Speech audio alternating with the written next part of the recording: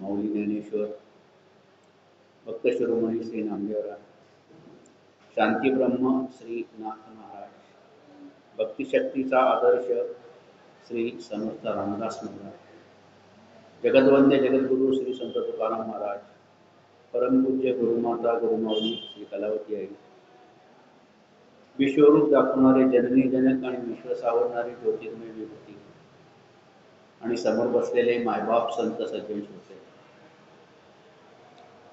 पूर्णावतार कृष्ण पूर्णावतार कृष्णावर आपलं हे 7वं प्रवचन आहे. आणि आज श्रीकृष्णाचा षडगुण ऐश्वर्यातला 6वा गुण, महत्वाचा गुण आपण पाहणार आहोत. 6वा गुण म्हणजे वैराग्य. म्हणजे कृष्णाच्या ठिकाणचं ज्ञान, श्री, यश, ऐश्वर्य, औदार्य हे आपण पाहिलं. आता महत्वाची गोष्ट वैराग्य आपण पाहणार. कृष्णाचं ठिकाण आणि वैराग्य.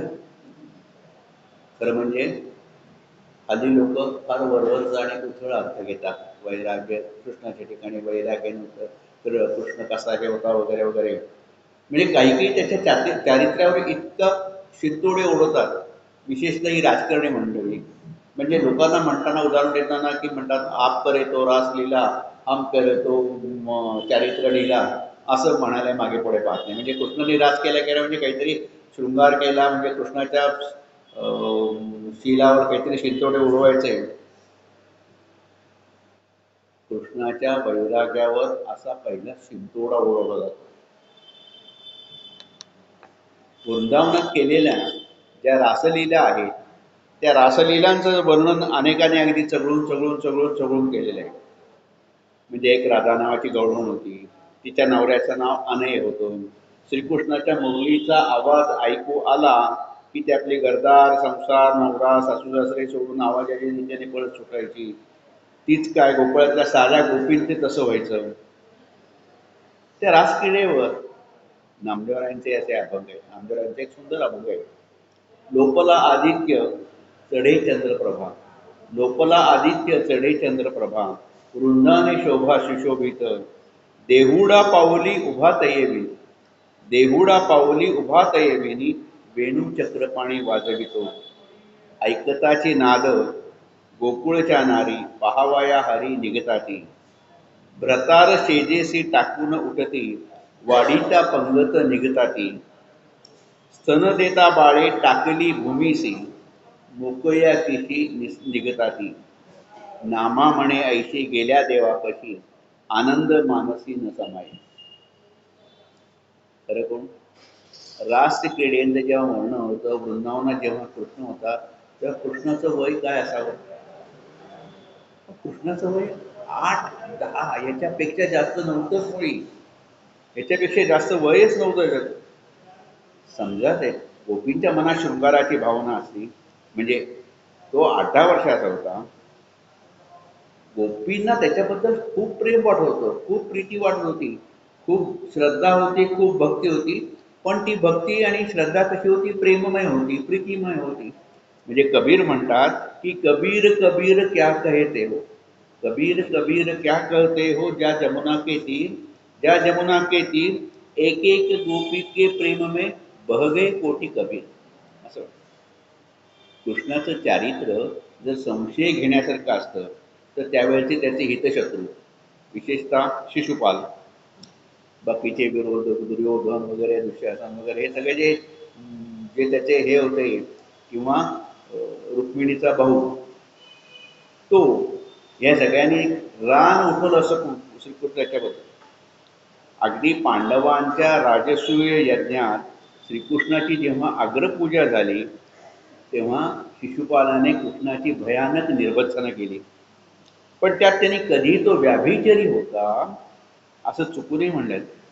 कृष्णाचे आणि गोपीचे संबंध जर असे काहीतरी वेडेवाकडे विचित्र विद्रूप असते तर त्यांनी राईचा पर्वत त्याच वेळा केला असता.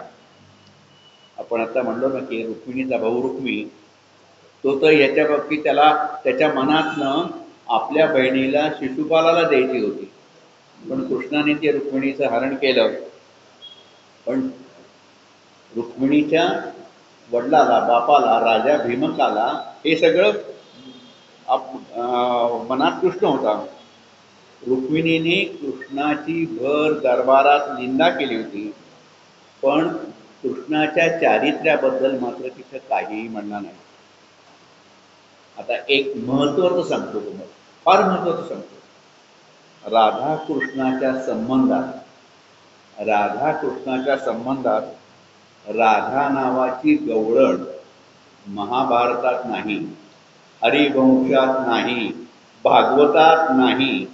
भागवतात फक्त एके ठिकाणी असा उल्लेख आहे की अनया राधितो नूनम भगवान हरिहरीश्वरा यन्न विहाय गोविंद प्रीतो यामन यद्रह. यात पहिल्या शब्दावरून अनय आणि राधा असा शोध लावून राधाकृष्णाची भक्ती, राधाकृष्णाची प्रीती ही रंगवलेली आहे. खरं म्हणजे अनन्या राधितो म्हणजे ज्या गोपीने कृष्णाची आराधना केली आहे अशी गोपी. ते अनया किंवा राधा असला काही संबंधच नाही. गोपींबरोबर कृष्ण लहान असताना, लपंडाव खेळत असताना हे ती जी कृष्णाची भक्ती करायची, आराधना करायची त्याच्या संबंधात आहे. इथं राधा, तिचा नवरा अनय यांचा काहीही संबंध नाही. राधा आणि कृष्ण किंवा राधा नावाची गवळण ही होती असं म्हणणं म्हणजे इथे दोन श्लोक आहेत. एक की बहुनी मे व्यतीतानी जन्मानी तव चातुर्य. म्हणजे कृष्ण अर्जुनाला म्हणतो की तुझे माझे अनेक जन्म झालेले आहेत, तुला तुझे माहीत नाही पण मला सगळे माहीत आहेत.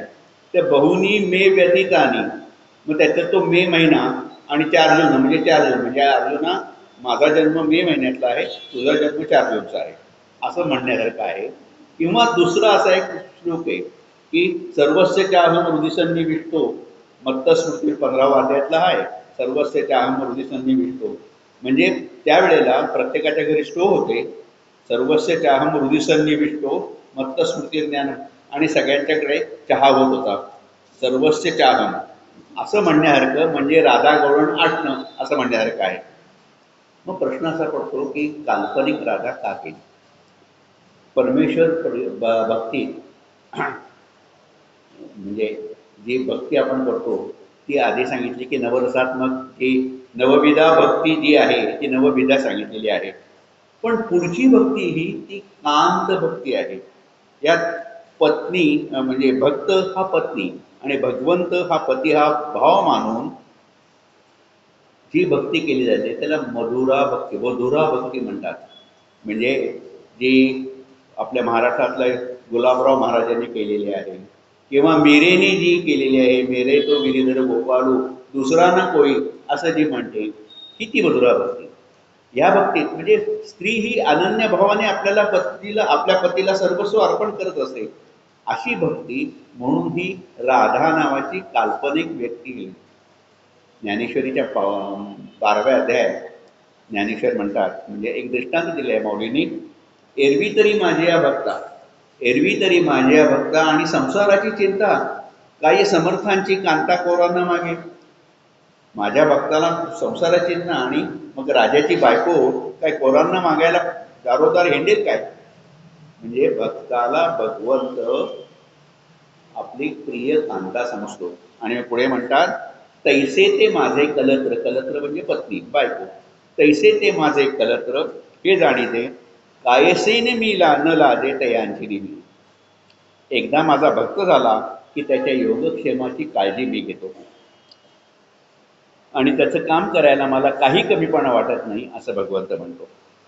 अहो, तुकाराम महाराजांनी सुद्धा ठामपणे आपल्या विरहिणीत म्हणलेलं आहे की आता हाची नेम आता न फिरे माघारी, बैसेले शेजारी गोविंदाच्या. तुकाराम महाराजांची विरहिणी म्हणजे ही अगदी वेगळी. ती विरहिणी का म्हणते की मी गोविंदाच्या शेजारी बसलेले, आता मी सोडणार नाही त्याला.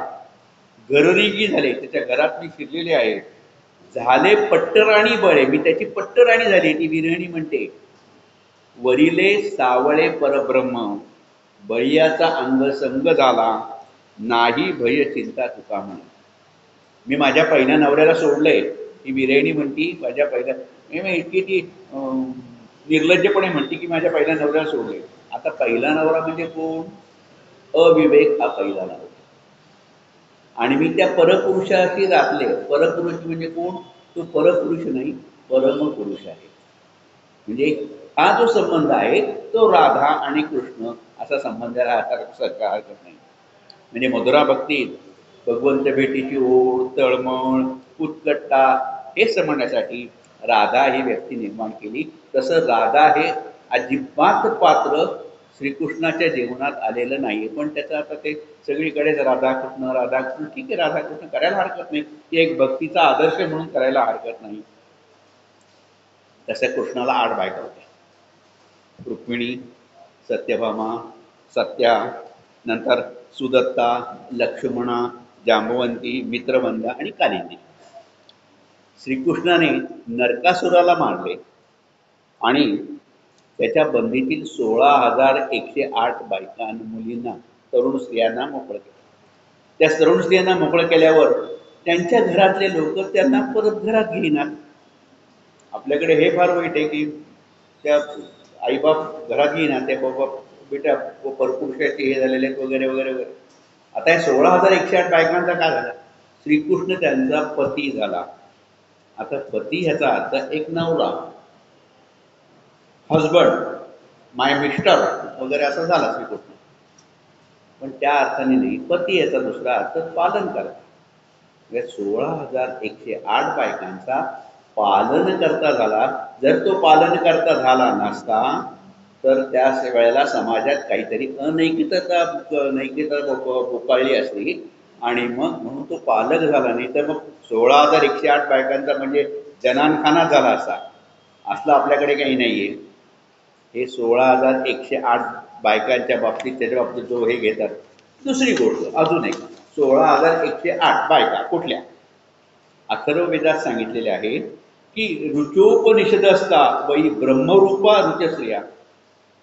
उपनिषद ऋग्वेदात अथर्ववेदात सांगितलेलं आहे की ज्या मंत्रांनी देवाला आळवले जाते, देवपूजा केली जाते, ते सारे मंत्र, नीट आहे का, ते सारे मंत्र म्हणजे देवाच्या स्त्रिया. त्या ऋचा म्हणजेच देवाच्या स्त्रिया. अशा किती ऋचा आहेत?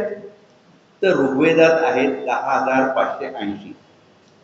उरलेले जे अथर्ववेद, सामवेद वगैरे ज्या यजुर्वेदात त्या आहेत 4,380, 4380. आणि उपनिषदात आहेत 1,180. या सगळ्यांची बेरीज येते 16,108. त्या 16,108 या श्रीकृष्णाच्या स्त्रिया म्हणजेच ऋचा, या श्रीकृष्णाच्या बायका. अजून एक तिसरा भाग सांगतो. आपला देह हा एक नरकासूर आहे. काही म्हणा, नरकासूर म्हणा, नुसतं एक हे, त्यातला आत्मा मात्र श्रीकृष्ण आहे. आणि देहात 16,108 नाड्या आहेत. त्या 16,108 नाड्यांवर जो आपलं ताबा ठेवतो, वर्चस्व ठेवतो, तो श्रीकृष्ण. अशा 16 म्हणजे 16,108चं जे स्पष्टीकरण आहे हे असं आहे की 16,108 बायका नरकासुराच्या बंदीखान्यातल्या, 16,108 ऋचा आणि 16,108 शरीरातल्या नाड्या. त्याच्यावर समंतक म्हणजे वैराग्यपणा, श्रीकृष्णाचं वैराग्य आपण पाहतो. त्याच्यावर समंतकपणे चोरल्याचा आळ आला. म्हणजे मथुरेत किंवा द्वारकेत म्हणा, सत्राजित नावाचा एक व्यक्ती होता. त्याने सूर्याची उपासना केली. ती सूर्याची उपासना केली होती. सूर्याने त्याला एक म्हणी दिलं होतं, त्याचं नाव समंतक म्हणी. तो त्याला भारंभार रोजचं सोनं द्यायचं. त्यामुळे रोज तो दानधर्म करायचा. श्रीकृष्णाने त्याला सांगितलं की तुझा म्हणी आहे ना, तू इथं उग्रसेन महाराजांपाशी जमा कर. म्हणी तुझ्यापाशी ठेवू नकोस. समंत ह्याला सत्राजिताला राग आणि मी नाही ठेवला. बरं, सोनं ज्याच्याकडे आहे किंवा ज्याच्याकडे तयार होते त्या माणसाला किती धोका असतो आपण पाहतो. जे जे गोल्डन मॅन आपण पाहतो, बाबा सोन्याचा शर्ट घातला आहे, जाड जाड साखळदंड्या एवढ्या गाड्यात ते घातलेल्या आहे, 10 बोटात अंगठ्या घातलेल्या आहेत, काय वाटेल ते घातलेले आहे. म्हणजे सोन्याचा गंजीफ्रॉक, सोन्याचा सदरा, सोन्याची पॅन्ट, अगदी सुवर्ण कटिका सोटी नाही असं हे सोडा, पण सगळं सोन्याचं. त्यांच्या जीवाला धोका झालेला आहे. तसंच श्रीकृष्णाने त्याला सांगितलं की तू ते सरकार दरबारी जाणार. त्यांनी काय केलं, त्याचा सत्राजिताचा भाऊ एक होता, त्याचं नाव अं,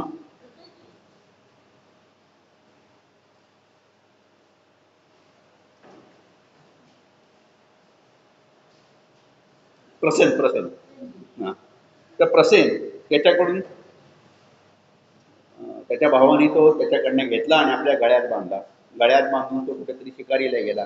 त्या शिकारीत सिंहाने त्याच्यावर हल्ला केला, त्याला ठार मारलं, त्याच्या घोड्याला ठार मारलं आणि त्याच्या गळ्यातला मणी घेतला आणि तोंडात ठेवला. तिकडनं जांबुवंत जात होता, त्याने ते पाहिलं आणि त्याने त्या सिंहाला ठार मारलं. त्याच्याकडनं तो त्याच्या तोंडातला मणी काढला, घरी आला आणि त्याची जी मुलगी होती तिच्या पाळण्याला बांधून टाकलं. तिकडं सत्राजिताने सांगितलं की नाही, श्रीकृष्णानेच माझ्या भावाला मारलं आणि तो समंतक म्हणे चोरला वगैरे वगैरे सगळ्या त्या श्रीकृष्णाने त्याचा मागोवा घेतला. जिथं तो ह्याचा तो प्रसेन जिथं गेला होता तिथे गेला, तिथं ते सिंहाची पावलं पाहिली. सिंहाच्या पावलीनंतर त्याच्या मागोमाग ती एक याची जांबुवंताची पावलं वळली, त्या गुहेपाशी गेला. तिथं पाहिलं ते पाळण्याच्या दोरीला तो मणी बांधलेला होता. तो मणी काढायला गेला तेवढ्यात तो हा आला, जांबवंत आला. त्याची श्रीकृष्णाची मारामारी सुरू झाली. पण त्या झटापटीत त्याला कळालं की हा गतजन्मीचा किंवा गत अवतारातला रामच आहे. तो पाया पडला आणि त्याला आपला जावई करून दिला. आपली मुलगी जांबवंती त्याला दिली आणि तो मणी त्याला आहेर म्हणून दिला किंवा एक वरदक्षिणा म्हणून देऊन टाकला. जेव्हा श्रीकृष्ण दरबारात आला तेव्हा त्यांनी सत्राजिताला बोलवलं. सगळ्या दरबारात सगळ्यांच्या देखत तो जो मणी होता, सेमंतक मणी होता, तो त्याच्याकडे दिला. त्यालाही पश्चाताप. त्यांनी तो परत उग्रसेनाला देऊन तो राजा दरबारी हे करून घेतला. म्हणजे हा नाहक आळ जो श्रीकृष्णावर आला होता, श्रीकृष्णाचं वैराग्य होतं ते कुठल्या बाबतीत तो आपापलेला किंवा काही त्याला त्याची हे नव्हती, तो निर्लेप होता अशा तऱ्हेने. आणि सर्वात मोठा वैराग्याचा कळस म्हणजे त्याचं निजधाम गमन. महाभारती युद्धानंतर धृतराष्ट्राला भेटायला श्रीकृष्ण आणि 5ही पांडव त्या धृतराष्ट्राला भेटायला गेले. धृतराष्ट्र असा आपल्या दरबारात उभा होता, शेजारी गांधारी डोळ्या पट्टीवर उभी होती. सगळे 5ही पांडव गेले. धृतराष्ट्र उभा राहिला. पांडवांनी धर्मराज पुढे गेला, धृतराष्ट्राच्या पाया पडल्या, धृतराष्ट्राला मिठी मारली. दोघेही उत्साह खेळायला लागले, कारण संबंध एवढा पांडवांची सगळी जवळजवळ निर्वंश झाला होता. कौरवांचा तर झालाच होता. दोघांना अगदी वाईट वाटलं. धर्मराजा सोडलं. भीम पुढे आला. भीम पुढे आल्यानंतर भीम आला असं म्हटल्याबरोबर धृतराष्ट्राच्या चेहऱ्यावरचे भाव बदलायला लागले. त्याच्या सगळ्या शरीरातले स्नायू टटटायला लागले. असा म्हणजे एक भयंकर कशा हे भाव आणि भयंकर स्नायूंची हालचाल लागली. ते श्रीकृष्णाने ओळखले की इथं काहीतरी गडबड होती. म्हणून त्यांनी भीमाला बाजूला सारलं आणि एक तिथला पुतळा होता, तो पुतळा पुढे केला. धृतराष्ट्राने त्याला मिठी मारली, इतकी कडकडून मिठी मारली, इतकी कडकडून मिठी मारली. म्हणजे त्याचे बाहू इतके तटतटून होते. त्याला राग आला की हाच मनुष्य, यांनी माझ्या 100 ते 100 पुत्रांना मारलेलं आहे. हाच तो मनुष्य, यांनी संबंध युद्धाचं सगळं पारडं फिरवलेलं आहे. हाच अगदी म्हणजे असं हा काळासारखा होता, ह्याला मी आता काय करतो काही नाही असं म्हणून तो संबंध त्या लोखंडाचा पुतळा होता त्याचं पार त्यांनी चूर्ण करून टाकलं, इतके झालं. आणि मग तो रडायला लागला की माझे 100 पुत्र तर गेले, पण माझ्या मी भ्रातार पुत्राला सुद्धा मारलं. तेव्हा मग भीम पुढे आला. नाही म्हणे मी आहे. आणि मग अर्जुन म्हणजे इकडं तो धृतराष्ट्र रडायला लागल्यानंतर गांधारीला कळे ना की हे काय झाले, काय चालले. तिला काही कळत नव्हतं, डोळ्यावर पट्टी होती. अर्जुन कौतुकाने म्हणाला, आज श्रीकृष्ण होता म्हणून भीम वाचला बरं. तेव्हा गांधारी उसळली आणि म्हणाली, कृष्ण होता म्हणून काय, कृष्ण होता म्हणून भीम वाचला असं म्हणताय तुम्ही? कृष्णाने मनात आणला असं तर महाभारती युद्ध म्हणजे सगळेच कौरव वाचले असते, पांडव वाचले असते, महाभारती युद्ध झालं नसतं. तिचा संताप जसं जसं एक एक शब्द ती स्वतःची दुसऱ्या लागली तसं तसं ते संताप अनावर व्हायला लागला आणि ती म्हणाली, एवढंच काय कृष्णा, तुझ्यामुळे संबंध कौरव कुळाचा नाश झालेला आहे. तुझ्यामुळे सगळ्या कौरव कुळाचा नाश झालेला आहे. मी तुला शाप देते म्हणे, जसा कौरव कुळाचा नाश झाला तसा तुझ्या यादव कुळाचा नाश होईल. तुझ्या सकट, बलरामा सकट सगळ्यांचा नाश. सगळे थरारले, सगळे घाबरले. कृष्ण म्हणजे शांत होता. एक वेगळंच अद्भुत हास्य त्याच्या चेहऱ्यावर. सगळे थरारले होते, घाबरले होते. सगळ्या तिथे निघाले. म्हणजे गांधारीचा शाप असा होता, सगळ्यांच्या अंगावर सरसरून काटा आला होता. कृष्णाने तशी काही वेगळी प्रतिक्रिया दिली नाही. तो मनातल्या मनात गूढ हसला. त्याच्या मनात काय चाललंय हे कोणालाच कळत नव्हतं. तर कृष्णाच्या बालपणी दैत्याचे भारे पृथ्वी गांधली होती. कृष्णाने अनेक दैत्यांचा बिमोड केला, त्यांना ठार मारलं, कंसालाही ठार मारलं. अनेक दैत्यांची धेंड यमसंसदनीत पाठवली. कंसाला मारून अनेक दैत्यांचे मारण्याला त्यांनी पूर्णविराम दिला होता. त्याच्या साह्याला त्याचा ज्येष्ठ भ्राता बलराम होताच. भगवंताचे विरागीपण तेव्हापासून दिसत. कंसाला ठार केल्यानंतर कृष्ण मथुरेच्या सिंहासनावर बसला नाही की, नाही तर आता कंसाला ठार मारले, आता मी राजा, तसं नाही केलं त्यांनी. कंसाच्या बापाला उग्रसेन आला म्हणजे आपल्या आजोबांना राज्य दिले की तुम्ही राज्य करा, मी नाही बसणार. राज्याचे हक्क किंवा जरासंधाला भीमा कर्ण मारल्यानंतर सुद्धा जरासंधाच्या राज्यावर त्यांनी आपला हक्क सांगितला नाही. जरासंधाचा मुलगा, त्याचं नाव सहदेव, त्याला त्यांनी राज्यावर बसवलं. तो सहदेव महाभारतीय युद्धात कौरवांच्या बाजूने लढला. आपण आपले काही इतिहास पाहतो, म्हणजे काही सल्तनींचा इतिहास पाहतो की रक्तजन्मी ठाव, म्हणजे बाप मरायच्या आधी त्याला तुरुंगात टाकायचं, भावांना मारून टाकायचं, ही जी वृत्ती काही सल्तनींची होती. त्या मानाने हे किती म्हणजे एखादं सात्विक चित्र दिसतं की कृष्णाने राज्य कोणावर आपलं आपलं राज्य म्हणून त्याची बळकवली नाही. त्याच्या मुलाला, त्याच्या वडिलाला ते राज्य देऊन, हा कृष्णाचं वैराग्य होतं.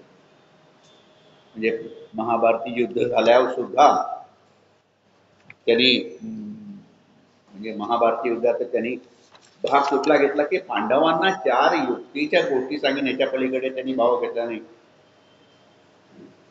त्याची सगळी फौज ही कौरवांच्या बाजूने लढत होती. ती बरीचशी कामे आली होती, पण बरीचशी यादव सेना शिल्लक होती आणि ती आपल्या पराक्रमाने उन्मत्त झालेली होती. तिला कोणाचा धरबंध नव्हता. खाओ पिओ मौज करो अशी चारवाकी वृत्तीची झाली होती, जी रयतेला गांजत होती, जिला देव देश धर्म ह्याचं काही घेणं देणं लागत नव्हती. आणि त्या यादवांचा हा धरणीवरचा भार आपण निजधामाला जायच्या आधी कमी व्हावा अशी श्रीकृष्णाची इच्छा होती. त्याचा अवतार कार्य संपत आलं होतं. द्वापार युगाचाही शेवट व्हायला लागला होता. कलियुगाची पहाट सुरुवात होणार होती. कृष्ण होता म्हणून कलियुग सुरू झालं नव्हतं, कली घाबरत होतो. कृष्ण होता म्हणून यादवांवर कृष्णाचा वचक होता. अवतार कार्य संपून कृष्ण आधीच निजधामाला, कारण तो लीला विग्रही होता, आपला लीला विग्रह देह त्या करून पुनश्च आपल्या निजधामाला गेला असता, आपल्या स्वरूपाला गेला असता, तर यादवांचा उन्मत्तपणा अजून वाढला असता.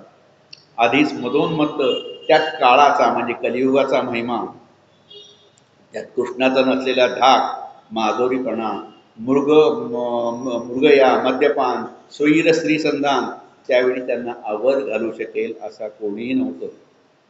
त्यांना हरवणारे, यादवांना हरवणारे यादवच होते. हा भूमीचा भार श्रीकृष्णाला कमी करायचा होता. अहंकार, उन्मत्तपणा, अत्याचार, स्वैराचार हे सगळं त्या ठिकाणी अगदी आता त्या यादवांना कोणी शत्रूच राहिला नव्हतं ना, अगदी उन्मत्त झाले होते. तो भार कमी करायला.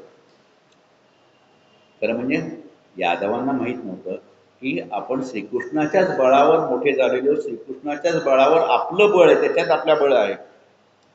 गांधारीचा दिलेला शाप कृष्ण पांडवांनी सर्वांनी ऐकला, पण कृष्णाला हा गांधारीचा शाप वरदानासारखा वाटला होता. तो गुड का हसला त्याचे हे ते रहस्य होतं. एक एक घटना त्याच्या मनात घडल्याप्रमाणे होत होत्या. निमित्त झाले यादवांच्या मुलांच्या टवाळकीने. समुद्राच्या काठी काही ऋषीमुनी जपतप करत होते, काही ध्यान लावून बसत होते. तेथे यादवांची मुलं चेंडू खेळत होती. त्यात श्रीकृष्णाचा जांबुवंतीपासून झालेला सांब नावाचा मुलगा होता. तो दिसायला इतका सुंदर होता, इतका सुंदर होता की मदनालाही लाजवेल असा मुलगा होता. त्या मुलांना ते साधू बसले होते, त्यांची टवाळकी करायची, त्यांची फजिती करायची, त्यांची चेष्टा करायची कुबुद्धी झाली. त्यांनी काय केलं, त्या सांबाला स्त्री रूप दिलं, बायकांसारखा साडी बेडी नेसवली आणि नुसती स्त्री रूप नाही दिलं, दिवस गेलेल्या बाईसारखं स्त्री रूप दिलं आणि बाजूला उभं केलं. आणि मुनींपाशी आले, त्यांना नमस्कार केले. मला महाराज नमस्कार नमस्कार. म्हणजे ती समोर जी बाई आहे ना, ती तुमच्यापाशी यायला लाजते आहे, तिला दिवस गेलेले आहे, तिला वाटतं आपल्याला मुलगा व्हावा, तिला काय होईल तुम्ही सांगाल का, पुढे याला ती खूप लाजते. ते साधू काही असे साधेसुधे साधू ते गर्गमुनी होते. ते म्हणाले, अरे काय म्हणताय, कोणाची चेष्टा करताय, कशासाठी चेष्टा करताय. म्हणजे त्यात पोरांचे टवाळकी, उन्हाळपणा मुनींना जाणला. आपल्या वयाचा ज्ञानाचा काही उपमर्द करून ही पोरं अशी वागतात. आणि मग आपण काहीतरी म्हणलं की कुत्सितपणे हटणार, आपली चेष्टा करणार. परत त्याचा मुनींचा संताप अनिवार्य झाला. ते म्हणाले, तुम्ही कपटाने विचारताय, तुम्हाला कशाची मुलाइजा न बाळगता अपमान करताय. अरे मूर्खानो, हिला ह्या म्हणजे ह्याला ह्या साडी नेसवलेल्या याला मुसळ होईल, मुसळ, आणि ते सगळ्या यादव कोळीचा नाश करेल. प्रत्यक्ष जे प्रसवेल बाळ ते होईल सगळा कोळा काळ, निखळ लोहाचे मुसळ देखतेल सकळ मंदभागे. त्या मुलांनी म्हणजे मुलं थोडीशी घाबरली की जेवढी उन्मत्तपणा करणारी माणसं असतात ना, त्यांना थोडीशी कुठेतरी टाचणी लागली की तेवढेच घाबरतात. ते मुलांनी घाईगीत बाजूला देऊन त्या सांबाच्या अंगावरचे कपडे उतरवले आणि खरोखरीच तिथं लोखंडाचं मुसळ होतं. मग तर काय त्यांची भीतीने बोबडीच वळली. प्रत्यक्ष देखुनी मुसळ थोर सुटली खळखळ, नगर नागरिका हलकल्लोळ, यादव कुळ उरे कैस. हे सगळे मुसळ घेऊन दरबारात आले. तिथं उग्रसेन राजा होते. त्यावेळेला नेमकं बलराम आणि श्रीकृष्ण राजदरबारात नव्हते. म्हणजे श्रीकृष्णाच्या वैराग्याची प्रचिती पदोपदी कशी जाणवते की आपण मागच्या वेळेला ऐश्वर्य किंवा ह्याच्यात द्वारकेचं ऐश्वर्य आपण वर्णन केलं होतं, प्रत्येकाचं कसं होतं. तर द्वारकेच्या वैभवाचं वर्णन ती खरं म्हणजे सागरात बुडून जाण्याची वेळ झाली होती. पण श्रीकृष्ण त्यावेळेला तितकाच निर्मोही होता. म्हणजे ती मुलं जेव्हा आली दरबारात मुसळ घेऊन, तेव्हा कृष्ण आणि बलराम सोडून सारे दरबारात होते. मुसळाची कथा ऐकून सगळेच घाबरले. पण त्यांना एक उपाय सुचला की या मुसळाचं चूर्ण करायचं. म्हणजे यांनी सांगितलं दरबारी लोकांनी, त्या मुसळाचं पूर्ण चूर्ण करा आणि ते समुद्रात दूर खोलवर जाऊन फेकून द्या. झालं. सगळ्यांनी ठरवलं ते मुसळाची चूर्ण. फक्त एक चपटा तुटता राहिला होता. तो काही तुटता तुटेना तरी त्याला ठोकून ठोकून ठोकून चपटा करून लांब समुद्रात टाकून गेले. पण विधी लिखित काही वेगळंच होतं. विधी लिखित म्हणण्याऐवजी विधी हा श्रीकृष्णाचाच मुलगा, ब्रह्मदेव हा श्रीकृष्णाचा मुलगा, त्या विधीच्या बापाच्या लिखित काही वेगळंच होतं. त्या चूर्णांपासून ते चूर्ण समुद्राच्या लाटांनी किनाऱ्याला लागले. ते प्रभास क्षेत्राच्या किनाऱ्याला आणि लव्हाळीसारखं त्याची लव्हाळी उगवलेली, त्याला एरिका म्हणतात. त्या चूर्णातून एरिका निर्माण झाल्या होत्या. ही साध्या लव्हाळी नव्हती, त्याला सर्व तलवारीसारखी धारदार पाती झाली होती. समुद्र लाटांचे कल्लोळ ते लोह चूर्ण सकळ प्रभासी लागून सकळ उठले या तात्काळ एरिका रुपये. चूर्णाच्या एरिका झाल्या. तो न तुटलेला थपटा तुटता एका माशाने गिळला आणि व्याधाच्या जाळ्यात त्याला तो सापडला. त्याने तुकड्याला चांगली धार लावली आणि आपल्या बाणाला जोडून टाकलं. श्रीकृष्णाला अंतर्ज्ञानाने सगळं समजलं होतं असं म्हणण्यापेक्षा त्याचीच ती उपाययोजना होती असं आपण म्हणूया. यादव कुळालेला मिळालेला शाप तो परतवू शकला असता, पण ही त्याच्या करणीच होती. त्याला तो ब्रह्मशाप परतवायचा नव्हताच. आपल्या लेकरांना मायेसमान असलेल्या यादव सैन्याला आपल्या सकट धर्तीवर ठेवायचं नाही असा त्याचा हिशोब ठाम नीती त्याचा होता. त्याच्या दूरदृष्टीने या पुढच्या पिढीला त्रास होणारा कोणताही माज असलेला समाज त्याला ठेवायचा नव्हता. त्याचा वैराग्य गुण निघून आला होता. आयुष्यभर कृष्णाने कुठली हाव धरली नाही, कुठली अभिलाषा धरली नाही. त्याच्या ठिकाणी निरपेक्ष वैराग्य होते. आणि मग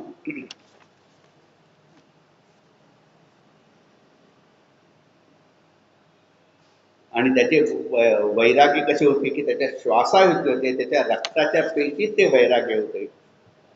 झालं ते इकडं सगळं एरिका उगवायला सुरुवात झाली होती. त्या व्याधाने तो माशाच्या पोटातला तुकडा काढला होता. इकडं द्वारकेत जरा हालचाल व्हायला लागली होती, कारण द्वारकेत विघ्नांची मालिका सुरू झाली होती. केव्हाही कृष्ण शांत होता. त्या सोन्यासारख्या नगरीवर उल्कापात व्हायला लागले होते. आकाशात धूमकेतू, दंडकेतू, शिखाकेतू म्हणजे धूमकेतूसारखे अनेक धूमकेतू धरणी हादरायला लागली होती. पर्वतप्राय लाटा यायला लागल्या होत्या. अंतरिक्षात भूते खाका करून उठली होती. रक्ताचा पाऊस पडत होता. द्वारकेतील झंझावातात अनेक वृक्ष उन्मळून पडत होते. धुळीचे भयानक लोट सगळीकडे येत होते. चंद्र सूर्याला खळ पडलेलं होतं. महाबीजांचा कडकडाट होता. मधूनच लोकांची जेवणाची ताटे प्रचंड घारी उठून घेऊन जात होत्या. राजवाड्यात कुत्री उच्च रवाने हेल काढून लढायला लागली होती. घुबडांचे घुतकार दिवसाकाठी अशुभाची चिन्ह दाखवायला लागली होती. यादवांच्या शीर नसलेल्या धडांच्या छाया दिसायला होत्या. पूर्वी असं कधी झालंच नव्हतं. तिथं शुभ नगरी होती. कृष्णाचे सुदर्शन त्या या द्वारकेचे रक्षण करत होतं. एका वेळेला म्हणजे काही द्वारकेभोवती एका क्षणात ते 24 वेळा फिरायचे. त्याचे संरक्षणच भगवंतानी काढून टाकले. विरागी असलेल्या श्रीकृष्णाने सर्वांना बोलवलं. म्हणे तुम्ही ब्रह्मशापाबद्दल मला काही बोलला नाही, पण मला कळालेले आहे आता द्वारका सोडायची वेळ झालेली आहे. खरे तर द्वारकेची ही समुद्रातली जागा समुद्राने श्रीकृष्णाला दिली होती. ती त्याला परत करायची वेळ आली असं श्रीकृष्णाने त्याला म्हणाले. आता ती परत करायची आहे मला, तेव्हा तुम्ही सगळ्यांनी आता द्वारका सोडा. आणि द्वारका सोडून कुठे जा तर पुरुष वर्गाने प्रभास क्षेत्री जावं, स्त्री वर्गाने म्हणजे सगळ्यात स्त्री वर्गाने शंकोदरी जावं, तर पुरुष वर्गाने प्रभाक्षेत्री, कारण तिथं ती लवाळी ती एरिका तिथं उठल्या होता. आणि श्रीकृष्णाला आपल्या सगळ्या यादवांना द्वारकेत मरून द्यायचं नव्हतं, कारण द्वारका ही पुण्यनगरी होती. तिथं जर मृत्यू आला असता त्यांना आपोआप मोक्ष मिळाला असता. त्यांच्या कृत्याची त्यांना सजा मिळायलाच पाहिजे होती असं श्रीकृष्णाचं हे होतं. त्यामुळे त्याने अगदी सांगितलं की आता द्वारका सोडायची पाळी झालेली आहे, कोणी पाणी पिण्यासाठी द्वारकेला थांबवू नका. आणि बायकांनी आणि मुलांनी शंखोदरी जावं. सगळ्या पुरुषांनी आपण प्रभाक्षेत्री, मी पण तुमच्याबरोबर येतो, तिथं आपण काहीतरी होम हवन यज्ञ करू, परमेश्वराला प्रसन्न करून घेऊ आणि देवदेवतांची पूजा करू, विप्रांची पूजा करू आणि हे विघ्न दूर होईल कसं याचे पाहू. सारे यादव सगळे श्रीकृष्ण बलरामासकट प्रभाक्षेत्री आले. सगळे यादव कसे आले की जणू काही मौज मस्ती सहल करायला आल्यासारखे आले. आरडाओरडा करत होते, मस्ती करत होते, गाणी गात होते. कृष्ण बलरामही तिथं आले होते. काहींनी मनापासून आपल्या देवतेच्या कुलदेवतेच्या पूजा करायला सुरू केली. भोजनाची सिद्धता करायला सुरुवात केली. पण स्वयंपाक होईपर्यंत करायचं काय? पण त्याने बरोबर आणलेलं मैरे एक असं नावाचं मद्य, आपण ज्याला सहजपणे म्हणतो रम, ब्रँडी, विस्की, तसं या ह्या नावाचं एक ते मद्य आणलं होतं आणि सगळ्यांनी प्यायला सुरुवात केली. मद्यप्राशाने आधीच उन्मत्त झालेले यादव सगळे मद्योन्मत्त झाले. चेष्टा मस्करीचे स्वरूप हळूहळू शाब्दिक भांडणात व्हायला लागले. त्यावर भागेना मग त्याला शारीरिक रूप यायला लागले. पाहता पाहता खिडकीचे रूपांतर महापावकात झाले. काही नाही, मग एकमेकांना मारायला सुरुवात केली. बऱ्याच जणांच्या हातात काही नव्हतं, कशाने मारायच्या, हाताने ठोक्याने गोद्याने मारायचं. पण कोणीतरी बाहेर ते एरिका दिसतात, ते पाहू बरं कसं आहे. उठून उपटून त्या पाहिलं आणि खरंच त्या एरिका म्हणजे तलवारीसारख्या दिसल्या. आणि मग त्या मध्यधुंद अवस्थेत त्यांना जर असं त्याची जाणीव झाली, तेव्हा श्रीकृष्ण आणि बलराम त्यांना थोपवायला गेले. मग श्रीकृष्ण त्याच्यावरच बलराम दादावर आणि श्रीकृष्णावर सगळे यादव उलटले आणि त्यांनाच मारायला धावू लागले. ते काय म्हणायला लागले माहितीये? एक म्हणे धरा केशी, एक म्हणे धरा केशी, एक म्हणती भीड कायेशी, एक म्हणती मी कृष्णाशी एका घाई घाईशी लोळवीन. धरा केशी म्हणजे खरं कृष्णाचं नाव केशीराज. त्याने केशी राक्षसाचा वध केला म्हणून तो केशीराज. आणि केशीला धरा म्हणजे केसाला त्याच्या झिंज्याना धरा. एक म्हणती धरा केशी, एक म्हणती भीड कायशी, त्याला आपण मारूया. म्हणजे ते कृष्णावर आणि बलरामावर सुद्धा उलटले होते, मध्यधुंद इतके झाले होते. श्रीकृष्ण आणि बलराम चिडले. जसे फटाफट त्यांना हे करवले. ज्या यादवांवर कृष्णाने पुत्रवत प्रेम केलं होतं, अत्यंतिक लाड केले होते, त्यांच्यावर बलराम आणि श्रीकृष्णाने हल्ला चढवला. त्यांचे रौद्र रूप पाहून यादवाने मागे पाय घेतला आणि श्रीकृष्ण आणि बलराम पुढे गेले. म्हणजे जसं बांबूच्या वनात बांबू एकमेकांना घासून खिडकी उडते आणि सगळं बांबूचं वनच जळून जातं, कसं झालं की वेळुवाच्या वेळू जाळी जेवी काचणी पडे इंगळी इंगळी, तेने वनाची होय होळी तेवी यादव कोळी कुलक्षय. तिकडे यादवांच्या जीवघण्या मारामाऱ्या सुरू होत्या. आता भगवंताच्या वैराग्याचा परमोच्च क्षण आला होता. श्रीकृष्ण आणि बलराम एका बाजूला आले. दोघांनी एकमेकांकडे पाहिलं. बलराम म्हणजे शेषाचा अवतार, म्हणजे राम अवतारात बलराम श्री लक्ष्मण झाला होता. आणि जेव्हा पुढचा अवतार घ्यायचा तेव्हा बलरामाने श्रीकृष्णाला म्हणाला, भगवंता मला आता तुमचा धाकटा भाऊ करू नका. मागच्या तुमच्या अवतारात माझे फार हाल झाले, ज्यावेळेला मला थोरला भाऊ करा. म्हणून त्यावेळेस ते थोरला भाऊ झाले होते बलराम.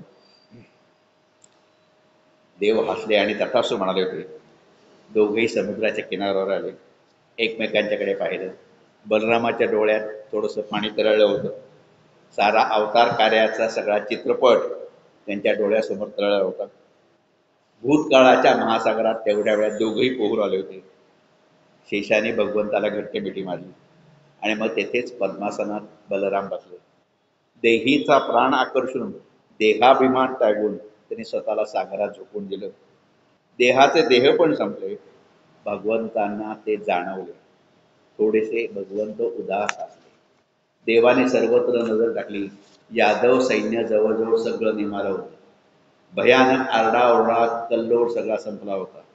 फक्त आवाज येत होता तो सागराच्या लाटेचा, त्या सागराच्या गाजेच्या लाटांच्या गाजेचा आवाज येत होता.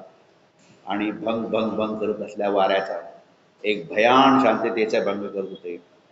यादवांचं जे रक्त वाहत होतं ते समुद्राच्या लाटेसरशी समुद्रात मिळत. जवळ एक अश्वत्थ वृक्ष होता.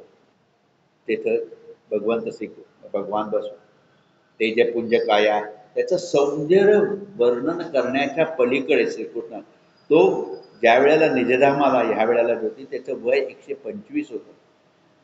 पण तो अगदी रसलेसलेल्या तरुण माणसासारखा, 25 वर्षाच्या माणसासारखा, मुलासारखा तारुण्याने मुसमुसलेला असा दिसत होता.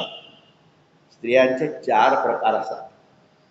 बाला, मुग्धा, प्रौढा आणि प्रगल्भा, अशा स्त्रियांच्या 4 प्रकार असतात. सगळ्या प्रकारच्या स्त्रिया त्याच्यावर अनुरक्त होतात किंवा श्रद्धावान होतात, त्याच्यावर भक्ती करत होतात, त्याच्यावर भुरळ स्त्रियांना अजून भुरळ पडत होती. रूप एवढं त्याचं सुंदर होतं की की शिवाला सुद्धा त्याचं ध्यान करावं असं वाटतं. पार्वती तर त्याला आपला मोठा भाऊ समजतो. तर कृष्णाची काया एवढी सुंदर होती, गळ्यात वैजयंती माळा, कंठात कौस्तुभमणी, मुकुटात मोरपीस खोवलेले, कटीला रत्नमेखला होती, वाम खांद्यापासून आलेले उजव्या कमरेपर्यंत ब्रह्मसूत्र, आणि सर्वात मोठा आवडता दागिना म्हणजे त्याच्या छातीवर भृगुलांछन होतं. कटीस असलेला पितांबर, हातात वीर कंकण, बाहुबंद, बोटात अंगठ्या, कानात मकरकुंडले, पायात तेवढं, हातात शंख, चंक्र, गदा, पद्म, सुरेख. म्हणजे ही काया युगानुयुग जपून ठेवावी असा कोणालाही मोह व्हावा. पण त्याचेही निर्मोहित्व त्याने दाखवलं. त्याला काही अशक्य काही नव्हतं, सहज शक्य होतं. आणि ती काया ठेवण्याला त्याला काहीच नव्हतं. पण ती न ठेवण्यामागे त्याचा उद्देश असा होतो की त्यांनी सांगितलं जिवंतपणी देहातीत व्हा. म्हणून देहाच्या बाबतीत निर्मोहित्व त्यांनी स्वतःच्या देहाबाबतीत दाखवलं. देहाची या साधने सच्चिदानंद पदवी घेणं, हे जे तुकाराम महाराज म्हणतात ते श्रीकृष्णाने आधीच सांगितले की तेवढ्यापुरता देहाचा उपयोग करा. देह क्षणाक्षणाला बदलत असतो. शिर्यते इथे शरीर असं आयुर्वेदात म्हणलेलं आहे. क्षणाक्षणाला शरीर. त्या देहाचा लोभ धरू नका. त्यावर प्रीती करण्याच्याऐवजी जे शाश्वत आहे त्यावर श्रद्धा ठेवा, त्यावर भक्ती करा.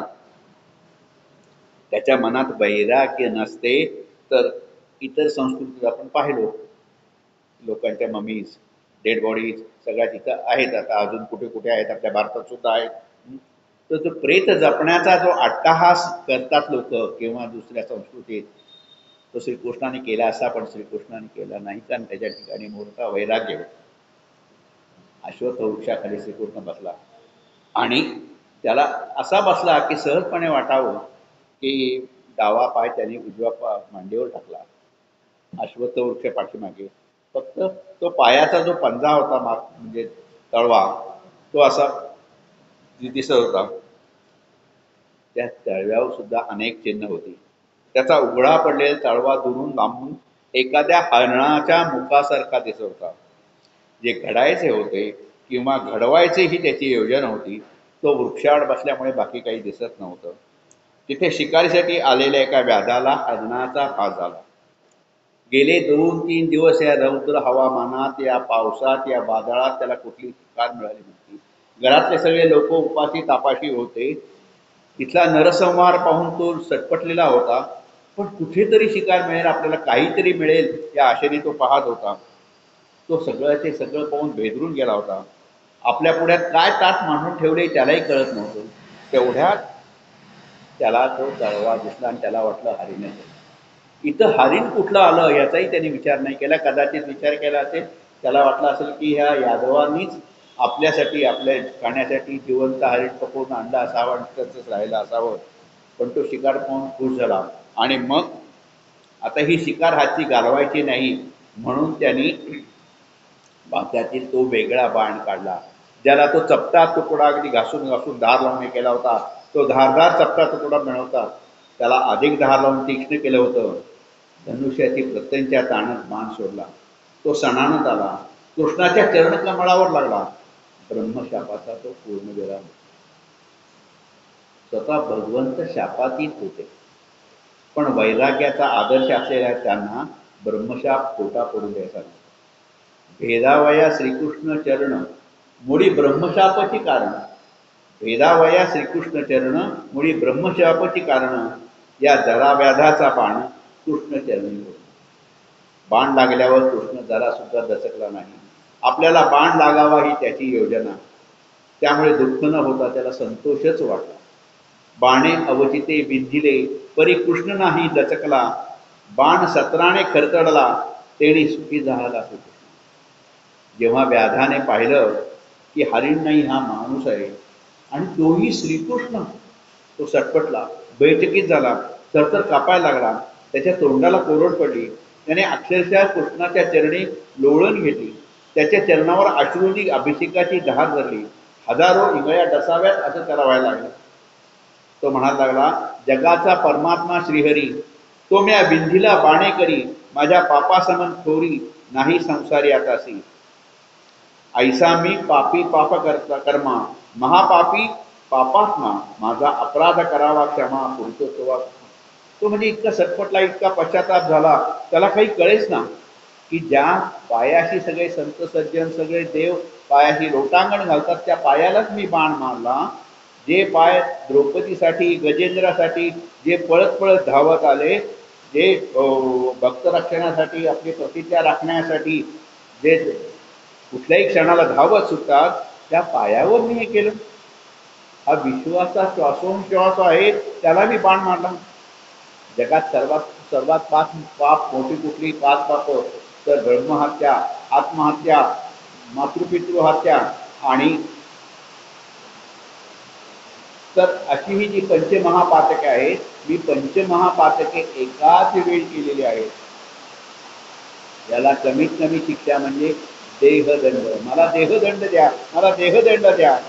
देहे केले पापाचरण त्याचे प्रायश्चित्त हेची फळ. तो करी निज हस्ते देहदंडन म्हणून मी दृढचरण. मग श्रीकृष्ण म्हणाला, अरे वेड्या, तू एवढी का क्षमायाचना करतो? अरे माझ्या नुसत्या नामाने लोक करून जातात, इथं मी प्रत्यक्ष तुला दिसतोय, प्रत्यक्ष माझं दर्शन तुला होतोय. आता तू करून गेले असं मिथ्या धरूनी देहाभिमान मनसी घडले मज पापपूर्ण त्या पापाचे पुरश्चरण माझे दर्शन मुख्यत्वे. माझ्या दर्शनाने तू उडून गेलाय. माझ्या एका नामासाठी, नामामुळे जळती महापातकांच्या राखी तुला देखील दृष्टी परमभाग्य भेटी तुझं. आणि मग तो तळमळणारा व्याध जरा शांत झाला. आणि तेवढ्यात काय झालं की एक आकाशातून विमान आलं आणि श्रीकृष्णाने व्याधाला सांगितलं त्या विमानात बैस. श्रीकृष्णाच्या वैराग्याची ती कमाल होती. आपल्याला बाण मारलेल्या व्याधाला त्यांनी मोक्ष दाखवला, स्वर्गात जागा दिली. त्याच्यानंतर काही वेळ सगळीकडे भयान शांतता होती. मग असे सांगितलं तर वादळी वाऱ्याचा आवाज येत. कृष्णाचा सारथी त्याचं नाव दारुक, तो श्रीकृष्णाला शोधत शोधत शोधत तिथं आला. त्याच्यात आता श्रीकृष्णाचा रथ होता. श्रीकृष्णाच्या त्यांनी पाहिलं इकडे सगळं यादवांचं सैन्य निमालेलं आहे, सगळे मरून पडलेले, त्याला पावे ना. फक्त तो पाहत होता माझा मालक कुठे, माझा मालक कुठे, श्रीकृष्ण कुठे, कृष्ण कुठे पाहत होता. म्हणजे इथं ह्याच्यात ह्या यादवांच्या प्रेतात नक्की नाही, पण तरी तो प्रत्येक प्रेताचा चेहरा पाहत होता. आणि त्याला एकदम तुळशीचा घमघमाट दिसला. त्या रोखाने गेला, तिथं पाहिलं आणि तेवढ्यात ते व्याधासाठी जे विमान आलं होतं ते विमान वर जाताना दिसलं. तो नक्कीच तिथं असणार म्हणून तो दारुक तिथं गेला. श्रीकृष्ण पाहिला, तो व्याकुळ झाला होता आणि तो खाली उतरून श्रीकृष्णाच्या पायापाशी गेला. त्यासाठी काय कळलं, श्रीकृष्णाचा जो रथ होतो त्या रथात त्याची शंख चक्र गदा पद्म या सगळ्या होत्या. त्याच्या सकट त्या अश्वांसकट रथ वैकुंठाला गेला. आणि मग या दारुकाला थोडासा पश्चात झाला की मी रथातनं का उतरलो, मी रथातनं उतरलोच नसतो तर माझ्या सकट हा रथ गेला असता. व्याधाचा शरद चरणतळी लागून सुद्धा मंदस्मित करणारा स्वामी त्याला दिसला. त्याच्या डोळ्यात अश्रूची धार लागली होती, गचाला कोरड पडली होती, छातीतली धडधड वाढली होती, अंग सारं घामाने डबडबलं होतं. देवाची बाण लागल्याची परिस्थिती होऊन त्यांच्यापाशी जाऊन ओक्साबोक्षी रडू लागला. देवाने त्याला शांत केलं आणि त्याला एक काम सांगितलं. म्हणजे आत्तापर्यंत दारुकाने कधी देवाला नाही म्हटलं नव्हतं. देवाने काम सांगितलं आणि दारुकाने नाही म्हटलंय असं कधी झालं. पण ह्या कामाला तो दारुक नाही नाही नाही. कारण त्यांनी सांगितलं दारुकाला की तू आत्ताच्या आत्ता द्वारकेला परत जा. द्वारकेत जे सगळे लोक असतील त्यांना म्हणाव आता द्वारका काही दिवसात म्हणजे 7 दिवसाच्या आत द्वारका रसातळाला जाणार आहे. तेव्हा तुम्ही जसे असाल तसे द्वारकेतून बाहेर पडा. सगळ्यांना द्वारकेच्या बाहेर काय सांगा. आणि ही सगळी बातमी सगळ्यांना, उग्रसेनाला, वसुदेवाला, देवकी यशोदेला सगळ्यांना ही बातमी सांगा. रुक्मिणी असेल, सत्यभामा असेल, त्या सगळ्यांना सांगा. दारुक म्हणाला मला हे सांगवणारच नाही, मी कसं सांगू, माझी छाती फुटेल. देव म्हणाले. मग देवाने त्याला उपदेश केला.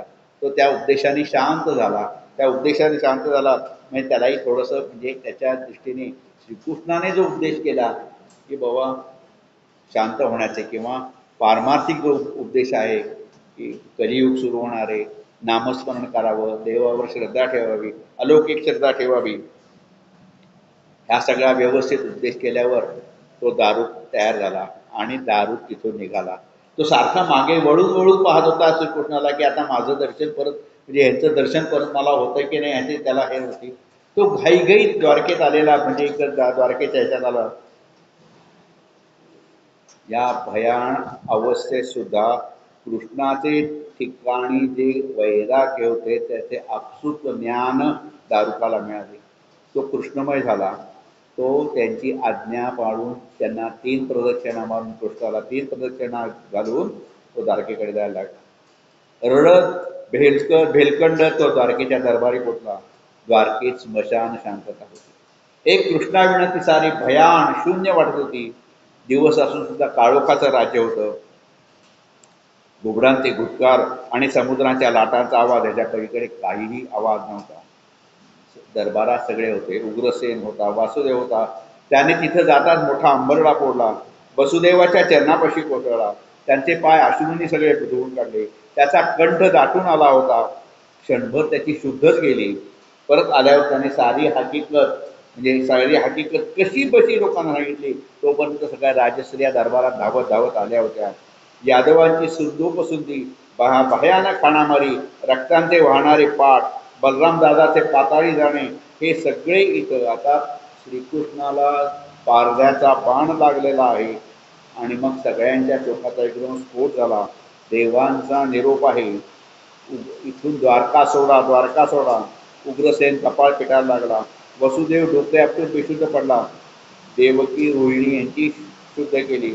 रडणे, आक्रोश, आक्रंदन, आकांत, विलाप हा सगळा सुरू झाला होता. दारुकाने सगळ्यांना द्वारकेहून प्रभाक्षेत्री आणलं. सगळे आले आणि मग सगळे पाहायला लागले की इथं कुठे आपला कोणी आहे का, आपला कोणी आहे का, सगळे वेळासारखे पाहत होते. कृष्ण कुठे हे दारुकाला माहीत होतं. अश्वत्थ वृक्षाकडे तो धावत सुटला होता. घामाने सगळ्या मागे उग्रसेन, देवकी, रोहिणी जड पायाने धावत होत्या. त्यांना दम लागला होता. त्यांच्या डोळ्यातल्या आसवांना क्षणभरही कळ नव्हता. अंगावरची वसूनच सैरभर झाली होती. अश्वत्थ वृक्षापाशी सारे आले. अश्वत्थ वृक्षापाशी कोणी नव्हते. त्याच्या गळ्यातली फक्त तुळशी माळ तिथं होती. त्याचा घमघमाट येत होता आणि तेजाचा एक प्रचंड लोट अंतराळात जाताना दिसत होता. पाहता पाहता तो क्षणार्धात लुप्त झाला. कृष्ण दिसेनासा झाला. बलराम दादा दिसलाच नाही. वसुदेव, देवकी, उग्रसेन, रोहिणी यांचे शोकाच्या स्फोटाने प्राणोत्क्रमण झाले. रुक्मिणीचा देह अंतर्धान पावला. बाकी 7 कृष्ण पत्न्यांचे वियोगाने निधन झाले. सारे कृष्णमय झाले. कृष्णाच्या प्रत्येक गुणात किंवा एकंदरीत साऱ्या गुणांना या वैराग्याचं असं कोंदण होतं. श्रीकृष्णाचा वैराग्याचा गुण हा अगदी जन्मापासून ते निजधामाला जाईल. कृष्ण जे म्हणतात ना, कृष्ण हे कधी मेला, कधी म्हणजे अवतार कधी संपला. राम हे मृत झालेले नाही. त्यांनी जे अवतार देते त्यांची आपला लीलावतारी देह जो तो सोडून दिला, बाकी काही नाही. ते निजधामाला गेले. तर त्याचं वैराग्य निखून आलं होतं. त्या वैराग्यासाठी सारे गुण त्याच्यामुळे निखून आले होते. त्याच्या प्रत्येक प्रत्येक गुण एकमेकाची मोठेपणी मिळत होतं. प्रत्येक गुणाचं वैशिष्ट्य ते, पण वैराग्याने त्याच्यावर कळस चढवला. असे श्रीकृष्णाचे 6 गुण आपण या प्रवचनात पाहिलेले आहेत. अजून एक फक्त मी श्रीकृष्णाचे परिपूर्ण गोष्टींनी पूर्ण होतात अजून असं एक प्रवचन पुढचं घेणार आहे. ते पुढच्या नोव्हेंबरच्या 12 तारखेला आहे. त्या वैराग्याचं जे प्रवचन आपण ऐकलं, शांतपणे ऐकलं, त्याबद्दल आपल्या सगळ्यांचे आभार. आणि दिवाळी आलेली आहे. सगळ्यांना दिवाळीच्या शुभेच्छा. एवढं बोलून मी माझं भाषण संपवतो.